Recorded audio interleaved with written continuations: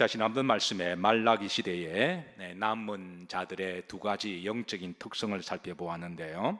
첫 번째, 여호와를 뭐 하는 자? 경외하는 자다라고 말씀을 드렸습니다. 자, 두 번째 남은 자의 특징은 여호와 이름을 뭐하게 여기는 자? 존귀하게 여기는 자라고 말씀을 드렸습니다. 자, 말라기 시대는 영적인 암흑 시대라고 말씀을 드렸습니다. 이는 다른 말로 이제 불신앙과 또 세속화 시대라고 말할 수가 있는데요. 원래 영적인 암흑 시대, 불신앙과 세속한 세상에서는 원래는 원망도 많고 불평도 많고 말도 많고 탈도 많게 됩니다. 그래서 이 말라기 시대는 다른 말로 하면 따라서 하십니다. 논쟁의 시대에 이스라엘 백성들이 불신앙과 각종 이제 세속화로 말미암아 하나님 앞에 논쟁을 걸어갑니다. 그런데 놀라운 것은 하나님은 이들의 논쟁을, 불신앙적인 논쟁을 다 받아주십니다. 말라기에 보면 이스라엘 백성들이 하나님께 불신앙적인 논쟁을 총 7가지 질문을 던집니다. 그 질문이 첫 번째 논쟁의 주제가 하나님은 우리를 사랑하지 않으셨다라고 하는 그런 논쟁입니다. 자, 말라기 1장 2절에 보십니다. 중반절에 보면 너희가 이르기를 주께서 어떻게 우리를 뭐 하셨나이까? 사랑하셨나이까? 하나님이 이스라엘 백성들의 질문을 받아서 다시 되묻습니다. 너희들이 나를 사랑하지 않았다고 그랬는데, 내가 너희를 사랑하지 않았다고 그랬는데, 이제 이것을 하나님이 되물으면서 이제 주께서 어떻게 우리를 사랑하셨나이까? 그렇게 묻는도다 하면서 이 논쟁에 대해서 논쟁하십니다. 자, 여기에 대해서 하나님은 내가 너희를 사랑하였노라 라고 답변을 하십니다. 그게 후렴절이죠. 후렴절에 보시면 자, 나 여호와가 말하노라 에스는 야곱의 형이 아니냐. 그러나 내가 누구를 사랑하였고 야곱을 사랑하였고. 그렇게 말도 많고 탈도 많고 그리고 세속적이었던 야곱을 내가 사랑했다라고 하나님이 답을 주십니다. 이스라엘 백성들은 마치 이제 소위 중2병에 걸린 것처럼 하나님께 반항하면서 하나님의 사랑에 이의를 제기하고 있습니다. 하나님은 우리를 사랑하지 않으셨다. 자, 그런데 이런 이스라엘 백성들의 불신앙적인 논쟁과 질문은 이게 비단 말라기 시대뿐만 아니라 이사야 시대에도 저들은 동일하게 이 문제로 논쟁을 했는데요. 자, 그때도 하나님은 이렇게 이미 대답을 주셨습니다. 이미 성경에 답을 주셨음에도 불구하고 그 답을 보십시다. 이사야 46장 3절입니다. 합독합니다. 야곱의 집이여 이스라엘 집에 남은 모든 자여 내게 들을지어다. 배에서 태어남으로부터 내게 안겼고 태에서 남으로부터 내게 업힌 너희여 라고 이미 답을 주셨습니다. 여기 한 가지 흥미로운 것은 하나님이 내가 너희를 사랑하였다라고 과거에 이미 답을 주셨는데 이 하나님의 답을 듣지 못했던 많은 사람들 중에 특별히 중반절에 보십시다. 이스라엘 집에 남은 어떤 자여? 모든 자여. 남은 자들은 하나님 이미 말씀하셨던 내가 너희를 사랑했다라고 하는 이 응답을 이미 받았다는 것이죠. 오늘 시대도 마찬가지로 많은 사람들이 하나님께 논쟁합니다. 특별히 불신앙적이고 원망과 불평을 잘하는 사람들의 18번의 노래가 있다면 하나님은 우리를 정말 사랑하십니까? 하나님은 살아계십니까? 라고 하는 질문을 던지고 그러나 하나님은 이미 성경을 통하여 내가 너희를 사랑했다라고 하는 이 음성을 특별히 누가 들을 수가 있냐면 남은 자들이 이 음성을 들을 수가 있다고 하는 것이죠. 사랑하는 성도 여러분, 제가 여러분들에게 하나님의 말씀을 대언받아 다시 묻습니다. 하나님은 여러분들을 사랑하시는 줄로 믿으시고 또 확신하시면 아멘 하시도록 하시겠습니다. 자, 남은 자여 내게 들을지어다. 내가 너를 사랑했다. 그런데 이 사랑의 표현 방식을 이제 중반절에 보십시다. 배에서 태어남으로부터. 그러니까 내가 너희를 잉태할 때부터 어머니의 사랑으로 아버지의 사랑으로 비유를 했는데요. 오늘 이제 가브리엘 찬양 제목이 누구의 사랑? 예, 저는 어머님의 사랑이 아니라 어부의 사랑에 대해서 일단 감동을 받았습니다. 자녀를 위해서 기도하고 사랑하는 것은 어머니뿐일까요? 아버지도 기도합니다. 어쨌든 부모의 사랑으로 비유하시는데요.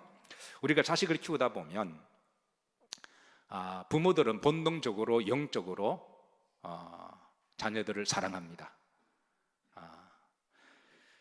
그런데 자녀들은 가끔 자랄 때 부모에게 삐지거나 지 마음대로 안 되면 부모에게 묻습니다. 엄마 아빠 날 사랑해 라고 묻습니다.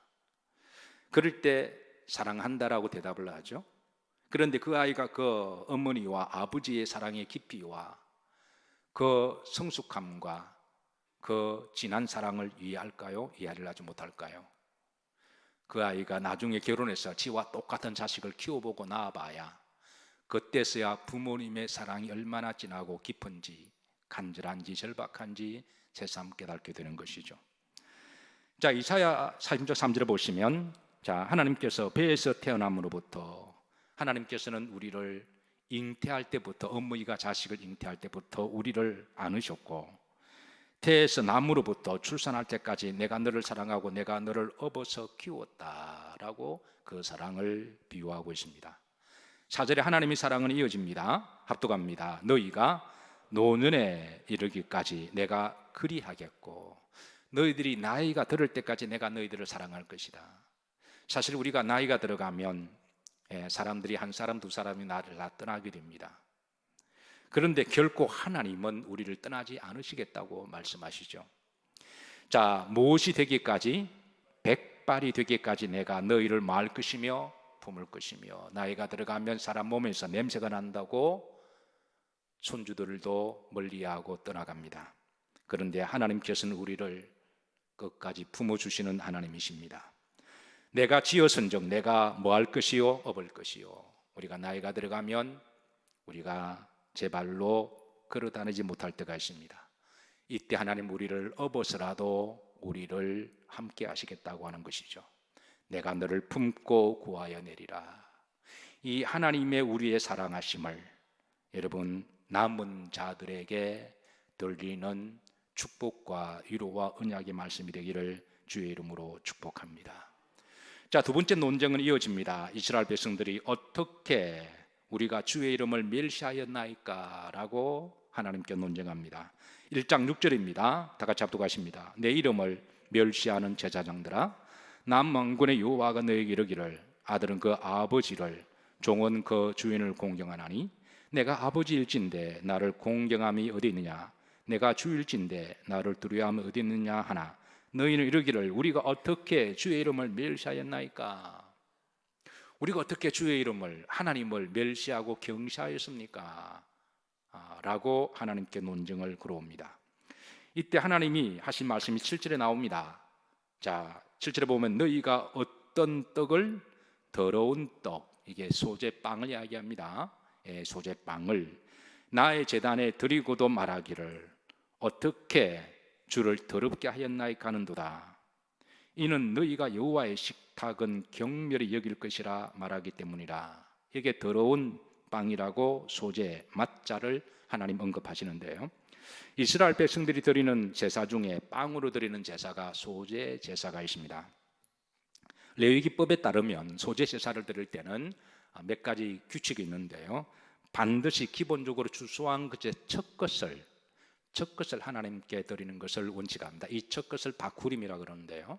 이거는 하나님이 항상 처음 되시는 것을 이야기를 하죠. 첫 것을 드릴 때도 두 번째, 이제 땅에 떨어진 것이나 더러운 것이나 버리는 것들, 이런 것들이 아니라 첫 것 중에 가장 깨끗하고 가장 좋은 것들, 이런 것들만 선별해서 하나님께 드리는 것을 믿음의 기본적인 자세로 하나님을 경외하는 것으로 그렇게 보고 있습니다. 그리고 이것을 드릴 때는 정결하게 이것을 이제 빻아서 번철로 구워서 드리게 되는데요. 그런데 이스라엘 백성들은 이제 저들 중에 하나님께 곡식 제사를 드릴 때에 이제 땅에 떨어진 것들, 먹기는 좀 찜찜하고 버리는 아까운 것들, 그런 것들을 가져다가 하나님께 드림으로 아무도 보지 않았으니까 하나님께 드린 예물이다, 그렇게 바친 것이죠. 그리고 저들이 빵을 구울 때 율법대로 하나님께 드리지 않고 귀찮아서 대충 구워서, 귀찮아서 그냥 대충 해서 하나님께 드린 것을 하나님은 보고 계시는 것이죠. 그리고 번제 제사를 드릴 때도 제물을 가축으로 드리게 되는데요, 가축 중에도 흠이나 점 있는 것을 바치면 되지 않습니다. 그런데 저들은, 어떤 사람은 가축을 제물로 바치는 것이 너무나 아까운 것이었어요. 사실 구약에 소나 양 한 마리 드리는 게 이게 보통 이게 아까운 게 아니었는데요, 그러다 보니까 하나님께 드리는 가축 중에 병든 것, 죽어가는 것, 먹지 못하는 것, 버리기는 아까운 것, 그런 것들을 적당하게 손질을 해서 가지고 와서 하나님께 드리는 것이죠. 자, 그래서 말라기 1장 8절에 보십시다. 만군의 여호와가 이르노라, 너희가 어떤 희생제물을, 눈먼 희생제물을 바치는 것을 어찌 마하지 아니하며 악하지 아니하며 저는 것, 병든 것 드리는 것을 어찌 악하지 아니하냐? 내가 그것을 받겠느냐? 너희 총독에게, 너희가 그래도 좀 높다고 생각하는 예우를 갖추는 사람들에게 그런 것을 드려보라. 그가 그것을 기뻐하겠느냐? 그것을 받겠느냐? 너희들이 이런 행위가 바로 나를 경밀히 여기는 것이다, 나를 우습게 여기는 것임을 하나님께서 답을 주십니다. 제가 본문을 볼 때마다 늘 떠오르는 이제 오브랩이 있습니다. 제가 속이 좁아서 그런지 몰라도 다 해결은 했고 다 이해는 하고 넘어갔지만 여전히 기억은 떠오릅니다. 젊은 시절에 목회를 할 때, 그래서 이제 제 나이 34살 때 미국에서 유학하고 이제 교회를 섬기게 될 때입니다. 성도가 많지 않았고, 거기에 어느 한 성도가 이제 큰 비즈니스를 하시는 분이 계세요. 하나님께 축복을 받아서 정말 볼티모어에서 제일 잘 사는 그런 분입니다. 어쨌든 하나님의 축복으로 굉장히 부자가 되었습니다. 버스만 한 37대를 가지고 있었고요, 지금 이마트 같은 큰 마켓을 가지고 있었고, 또 여러 이렇게 또 이렇게 상점들을 또 렌트를 해주어서, 그래서 상당히 규모가 큰 그런, 어쨌든 볼티모어의 제일 큰 비즈니스를 하시는 분인데요, 하나님이 축복을 하신 거죠. 축복을 하셨는데, 그러니까 큰 마켓 사니까 그게 뭐 이제 음식들이 잔뜩 쌓여 있고, 또 미국은 철저하게 또 이렇게 익스파이어 된 음식은 팔지 못하게 돼 있고, 그거를 자선단체에 기부를 하거나, 기부를 할 때도 어느 정도 시간을 놓고 기부를 하죠. 어쨌든 익스파이어가 되면 그거는 팔지도 못하고 주지도 못하는. 근데 이분은 이제 우리 한국 사람들이나 마찬가지로 헝그리 정신이 있어서 버리기 아까운, 지금도 사실 우리도 그렇죠. 우리 나이 시대만 하더라도 집에서 먹다가 익스파이어가 그날이 되면 버리나요? 먹어 치우나요?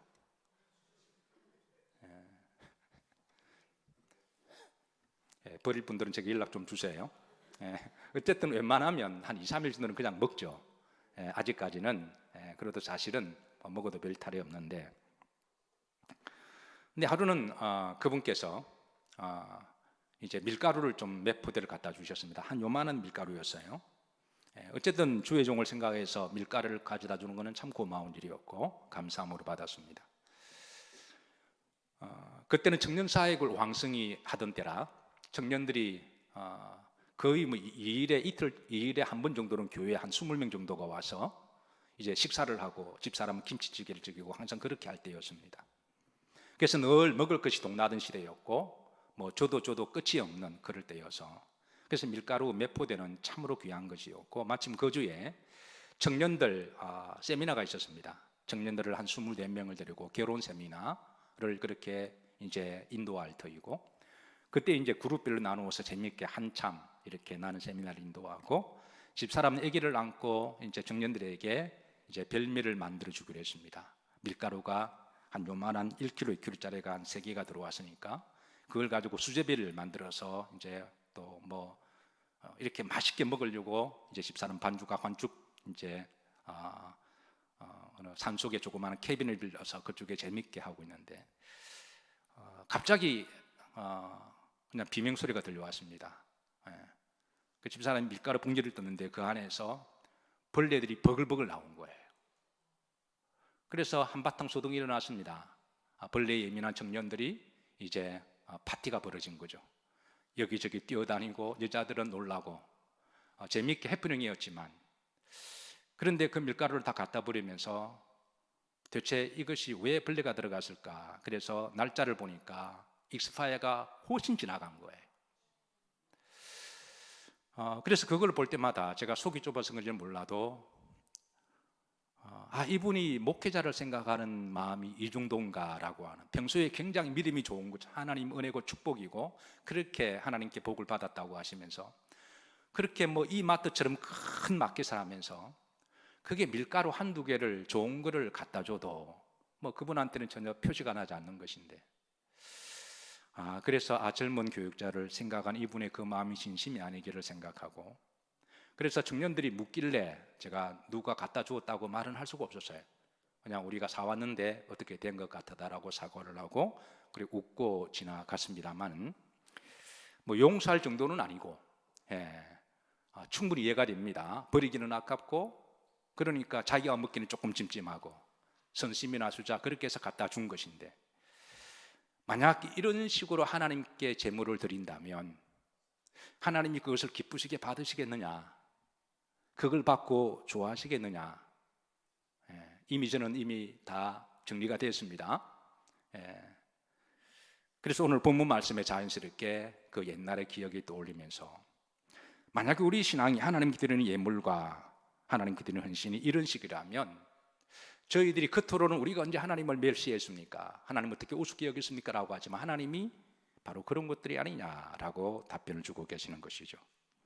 자, 세 번째 논쟁을 이어갑니다. 어찌 됨입니까? 라고 묻습니다. 말라기 2장 14절입니다. 앞에 보십시다. 너희는 여기를 어찌 됨이니까 하는도다. 하나님이 다시 저들이 제기한 논쟁에 대해서 이렇게 말씀합니다. 너희들이 자꾸 어찌 됨입니까? 라고 나에게 묻는데, 여기 어찌 됨이라고 하는 것은 왜 우리가 이렇게 힘들게 살아가야 합니까? 왜 우리가 이렇게 고난이 많습니까? 원망과 불평을 늘어놓은 논쟁을 말합니다. 왜 우리가 이렇게 힘들게 살아가야 하나요? 왜 우리 인생에는 이렇게 고난이 많나요? 왜 불의가 세상이 판을 칩니까? 왜 거짓이 판을 칩니까? 정의는 어디 있습니까? 마치 이렇게 말하면서 굉장히 정의로운 것처럼, 심리학적으로 불의한 사람이 정의를 외침으로 굉장히 정의를 포장하려고 하는, 그래서 민주를 말하는 사람 속에 민주가 없고 정의를 말하는 속에 정의가 없는, 단지 그 용어를 쓰므로 자신이 민주화처럼 보이고 정의롭게 보이게 포장하기 위한 그런 심리가 있는 것과 마찬가지죠. 왜 세상은 거짓되었습니까? 라고 저들이 하나님께 논쟁합니다. 이럴 때 하나님이 대답하십니다. 14절 문제 보시면, 내가 그에게 무엇을 행하였도다? 세상이 거짓으로 얼룩진 것은 바로 너희들이 거짓된 삶이 아니냐. 세상이 이렇게 불의한 시가 된 것은 바로 너희들이 불의 때문이 아니냐라고 하나님은 답을 주시는 것이죠. 네 번째 논쟁입니다. 우리가 어떻게 여호와를 괴롭혔습니까? 말라기 2장 17절입니다. 말라기에 보면 총 8가지 논쟁이 나와요. 이 논쟁을 오늘 4가지만 살펴보도록 합니다. 그런데 불신앙의 시대는 이런 논쟁이 계속해서 몇 시대마다 있다라는 거예요. 영적인 암흑 시대는. 자, 말라기 2장 17절입니다. 중반절에 보면 우리가 어떻게 여호와를 괴롭혀 드렸나이까? 여기에 저들은 하나님께 논쟁합니다. 마치 하나님의 마음을 편하게 해드리고 하나님 마음을 괴롭히지 않은 것처럼 저들이 굉장히 젠틀하게 믿음 생활 잘한 것처럼 이야기하는데, 어떻게 우리가 여호와를 괴롭혀 드렸나이까? 자, 여기 보시면, 자, 말라기 3장 1절에 보시면, 만군의 여호와가 이르노라, 보라 내가 내 사자를 보내리니 그랬습니다. 여기에 대해서 하나님은 어떻게 대답하시냐면, 사실 내가 그동안 수많은 주의 종들, 주의 사자를 보냈다. 그런데 너희들은 저들을 통해서 하나님의 말씀을, 대언을 듣지 않았고 제사를 집도하는 것을 귀하게 여기지 않았고 진리와 공의를 전하는 것을 저들은 우습게 여겼다고 하는 것이죠. 그리고 오히려 하는 말이 주의 종들을 멸시하고, 심지어 어떤 경우는 마음에 들지 않는 말을 전한다고 해서 때리기도 하고 감옥에 갇히기도 하고, 그렇게 해서 감옥에 집어넣은 사람이 대표적으로 예레미야죠. 심지어 죽이기도 한 주의 종들도 있는데요, 바로 이사야가 토브리키에서 죽임을 당한 것이죠. 그래서 너희들이 내가 보낸 주의 종을 대한 것이 바로 나에게 대한 것이다. 너희들은 주의 종을 괴롭게 함으로 나를 괴롭게 했다라고 하나님이 답을 주시는 거죠. 그러면서 하나님은 다시 한번 이제 내가 사자를 보낼 것인데, 바로 그 사자에 대한 예언적인 말씀이 말라기 3장 1절입니다. 다 같이 합독합니다. 만군의 여호와가 이르노라, 보라 내가 내 사자를 보내리니 그가 내 앞에서 길을 준비할 것이요 또 너희가 구하는 바 주가 갑자기 그의 성전에 임하시리니 곧 너희가 사모하는 바 언약의 사자가 임하실 것이라. 너희들이 그동안 사자를 귀하게 여기지 아니냐고 또 함부로 여기고 또 감옥에 가두기도 하고 때로는 죽이기도 했지만, 그러나 나는 너희들을 그렇게 멸시를 당하면서도 내가 또 사자를 보낼 것이다. 그리고 그 사자는 바로 언약의 사자가 될 것인데, 그 언약이 바로 그 사자가 누구냐면 바로 이제 예수 그리스도 메시아이심을 말씀하고 있습니다. 말라기 3장 2절에 이어서 하나님의 답변이 이어집니다. 합독합니다. 그가 임하시는 날을 누가 능히 당하며 그가 나타나는 때에 누가 능히 쓰리요 그는 금을 연단하는 자의 불과 표벽하는 자의 잿물과 같을 것이라. 즉 그가 메시아가 오시게 되면 그가 모든 사람들의 죄를 빨래를 깨끗하게 표벽하는 것처럼 그의 허물과 죄를 씻어주실 것이다. 3절입니다. 합독합니다. 그가 오늘 연단하여 깨끗하게 하는 자같이 앉아서 레위 자손을 깨끗하게 하되 금은같이 그들을 연단하니 그들이 공의로운 제물을 나 여호와께 바칠 것이라. 바로 그 사자가 언약한 사자, 바로 그 메시아가 오시게 되면 그 사자로 말미암아 구속을 받은 주의 백성들이 여호와를 참으로 경외할 것이며 남은 자들이 여호와를 기쁘시게 하게 될 것임을 알려주고 있습니다. 사랑하는 성도 여러분, 주님의 기쁘심이 되는 남은 자들이 되시기를 주의 이름으로 축복합니다.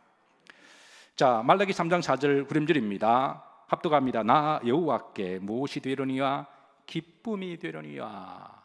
그래서 기쁨이 되는 성도가 이제 남아 있을 것임을 알려주고 있습니다.